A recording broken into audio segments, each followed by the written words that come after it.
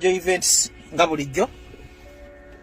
Era video zino nzikola ebiseera ebisinga sina kyenfuna munda bibiri nkulu mbeera busy meeting after meeting mba busy nnyo naye ate sola kukiriza ggwanga lyange nga libula.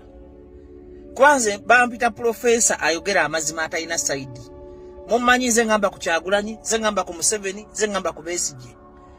Naye bannayuganda ndabye video ku social media ne beba NRM propagandist nga beekwasiza akalulu koomolo nti lwaki Bobi Wine bamuwangudde gw'alaba Bajjo saawa zino wabadde osuubira ki?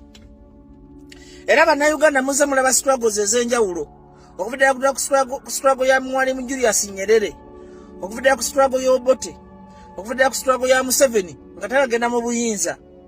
Njagala mbayigirize Professor Mbanga jogero otekangayo amatu ati nosharinga video oba oyagala ti struggle ne revolution zibazimba nzimbe. Bannayuganda ekisooka mwenna babalumya obwavu temulina bwongo bujjako gavumenti. Bannayuganda tulina tribes nyingi, abalulu, abacholi, abaganda, abanyankole. We are not speaking one common language nga boolaba abawalabu b'e Sudani, nga boolaba abawalabu b'e Egypt, nga boolaba abatunisia. Which means if you can't appreciate Dr. Besigye, if you can't appreciate Kyagulanyi, you are dense. Let me use English. Nti Bobi Wine main issue ye mugazi tagamba nga konti akantu kagenda kujjako Museveni.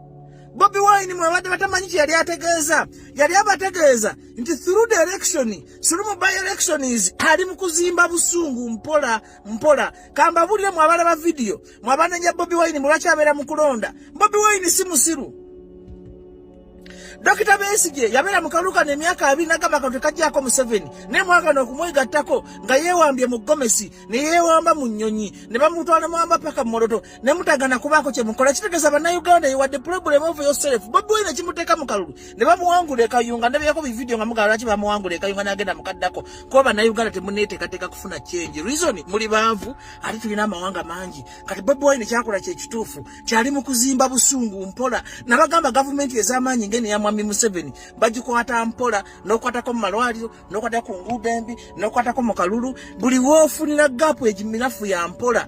Bw'oba tosobola kulaba Bobi Wine kyazannya kitegeeza weetaga kusabira nyamu professor akutegeka emikono dde waggulu nti Bobi Wine fine yagenze emolo ne bamuwangula ajja genda emitiyana oba bamuwangudde batawangudde naye kyazimba akimanyi n'abagamba gavumenti ya Museveni. The problem of mwabaleekaana bawuganira Bobi Wine you undermine Museveni. N'abagamba Museveni ye musajja asinga okumanya ebyobufuzi, ayina ssente, ye electoral commission, ye nannyini wa media. Tosobola kumwogga batukanirako nagagatuko ng'omugyako. Bobi Wine kyakola kye kituufu. Bobi Wine yasala amagezi naga kansoke mulabise kansoke ndaga ebituli ebiri mu gavumenti kati ali mu kuzimba busungu. Abandi badde bamu appreciatinga ti Bobi Wine ogezezzaako weebale ozanye kyozanye. Dr. Besigye weebale, Lukwago weebale, muli mu blame game. Kati gwa blaming okoze eki? Mu Bobi Wine si yalina tugirako Museveni yatugamba tubimukwase. Bwe mwabimukwasa musajja wati he was hoodwinked thinking that Ugandans you have the same pain like him. Yali amanyi bana amusibira ewe mujja kukola w'ekyenjawulo. Bwe banabba akalulu ke Kayunga mujja kukola w'ekyenjawulo mwalemwa. What can he do without your support? Nolaba omuntu nga amunenya ti Bobi Besigye Lukwago. The truth behind their games, you have letted them down. Yakati basobola kubyogera abantu bakulu bajoze no bayamba. Reason that nti buli muntu alowooza nti Bobi tolina kyokoze kitegeeza oli muwumba tuutu. Okugamba bugambi nti nvuganya Mwami Museveni ayina emmundu okutambuliza obulamu bw'omumatega kitegeeza that's enough to show that he or she likes the change. Ate njagala mumanya nti Bobi Wine abaka ba parliament bebe yalonda bamutunda struggle yagisigalamu omwo nabagamba abantu batuufu mu struggles embamanyi nakwasagala ko ndi musajja mukulu sikyala kwogera bintu ebyo sikyalina budde bwa social media nabagamba struggle bagisigalamu Bobi Wine Besigye Lukwago Semujunganda Banamboze Segona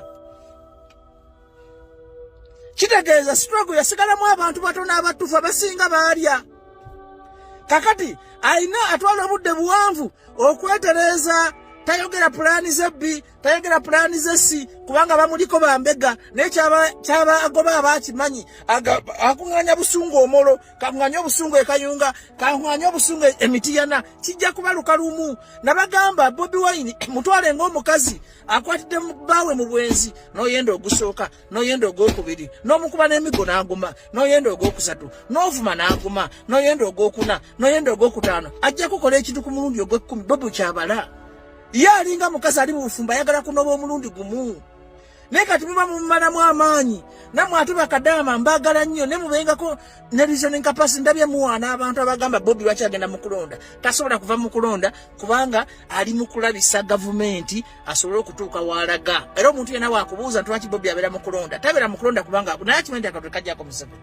Ate abanoonya Bobi Wine ku settlement ze yasooka okukola yali mwana muto mu byobufuzi. Kati Bobi Wine akuze. Njagala mbabuulire kino, Bobi Wine mukozi n'omuteeka wa Bobi Wine akuba mukozi ebitundu 185 mukozi nga alina ebitundu 5. Kitegeeza alina ebintu bingi byayize.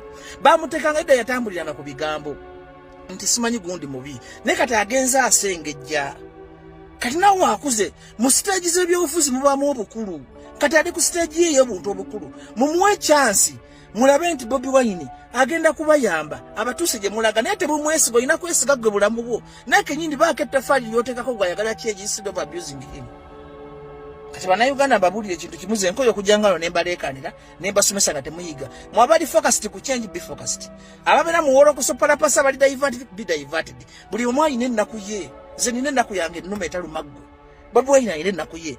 Besigye alina ennaku ye. Nze nteesa ekintu kimu. If you cannot unite, if you cannot teach the manifesto, nupu kye muba mukola kati musomesa abantu manifesto. Musomesa abantu mudde ku mulamwa ogwagamba nti you are for all. NRM bamwe, DP bamwe, FDC bamwe. Muteko bwasi mwatulaze bwase Luganda omulomo. You supported the FDC, which is very good. Stop the blame games. Be focused. Tulabenga mutwala wanga mufuna obuyinza bwe mukola ki bwe mwagane. Stop blaming people. Stop blaming Bobi Wine. Bobi Wine toyina musala gwomuwa. Abaana bafudde tolagenda kulabira family z'abaana abo. Abana bali kubitaana n'okusonda obusente mubulangira abantu. Kati muleke abantu abasobola okubaako kye bakola. Nze mind spark will come with me as a professor. Nti bano bali mu kuzimba busungu, they are building spark. Ekiseera kigenda kuba kituufu kituuke kibagambe, then enough is enough.